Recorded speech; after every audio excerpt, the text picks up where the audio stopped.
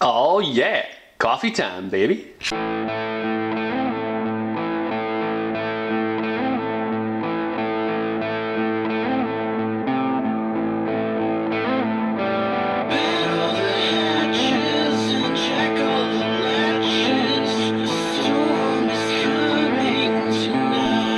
everyone, it's Jason from GameRaveTV, otherwise known as Danger Boy. This is GameRaveTV. With this episode, I decided to talk about extra content. Not necessarily downloadable content, but extra content. For console gamers, the PlayStation 3 and the Xbox 360 were really the first time in console history where extra content for a video game, that is content released after the release of the initial game, really became prevalent in the standard and so forth.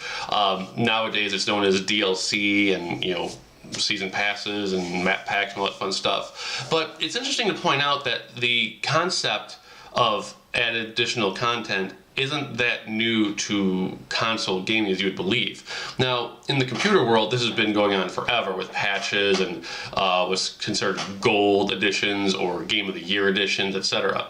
But for us PlayStation fans, the PlayStation in America actually has three hidden, not so hidden per se, but not quite well known gold edition releases that you might not have realized if you don't collect the variants. And we're going to talk about those today. There's about 3 total real ones, and then an honorable mention, which we'll get to later. But the first of the 3 games is Dave Mira. Now, Dave Mira is basically a Tony Hawk BMX game, plain and simple. And on the initial release of the first game, the game was so well received by fans that they started contacting the company and saying, hey, we'd prefer if you did this or added in this, etc. And the company actually listened, and they eventually released what was called the Dave Mira Remix Edition. And it was the game with extra levels and extra moves and a music CD. And what made it even more enticing is that if you had the original Dave Mira, you could send in your disc to the company and get a coupon or rebate back, which would be interesting to know how many people actually did that, because that means that many copies of the game were removed from market.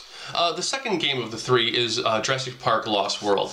Now, what makes it kind of weird is that where the Dave Mira situation was basically the company giving the fans what they wanted for in a positive light, Jurassic Park's re-release into the greatest hits library was more of like an apology.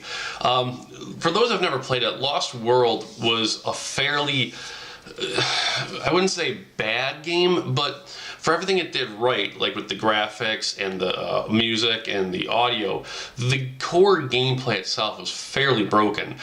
You could play as humans and you could play as a T-Rex, but with the game originally advertising that you could play the T-Rex, it turned out you only played the dinosaur for a good, I think, like 5 or 6 levels out of about 30-ish or so.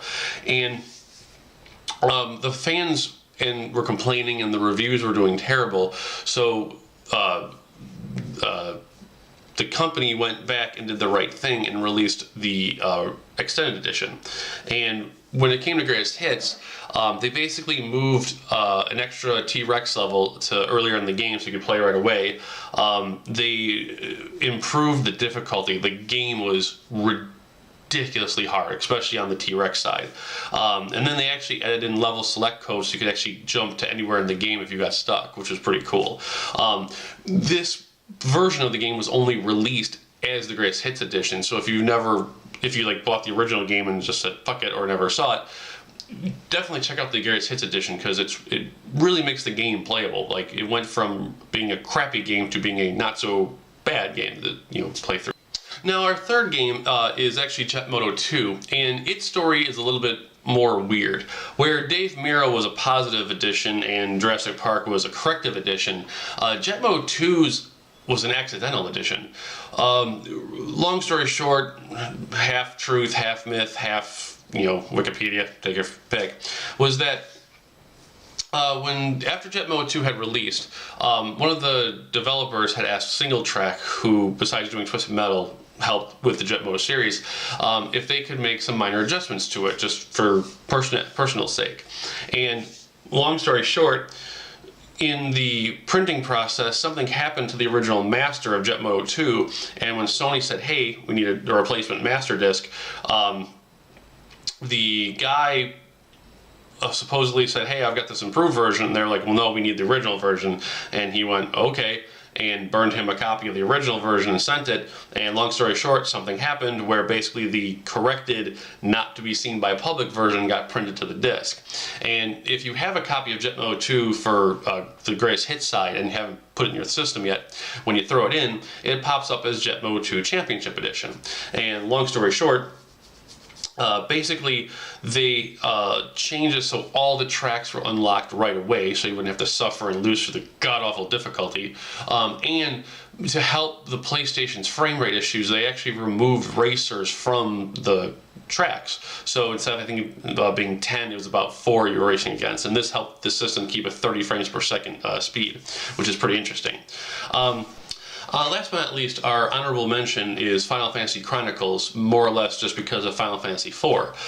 For those that don't know, in Japan, when Final Fantasy IV was first being made, there actually was 2 different versions. There was the easy mode and there was the hard mode cartridge.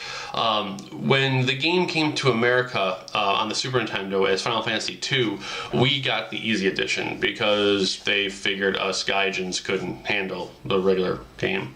But long story short, when it came to the PlayStation and the porting the code, Square saw fit to bring over the hard edition, the better one. So you had like more spells, more enemies, just a whole bunch of changes that actually made a more, hardcore involved game, which is pretty cool. So that being said, if you are depressed about Batman Origins on the Wii U not getting DLC, or the fact that BioWare's not going to release a Game of the Year edition for Mass Effect 2 and 3, go track down some PlayStation 1 games, play their gold editions. It's all good. See you guys next week.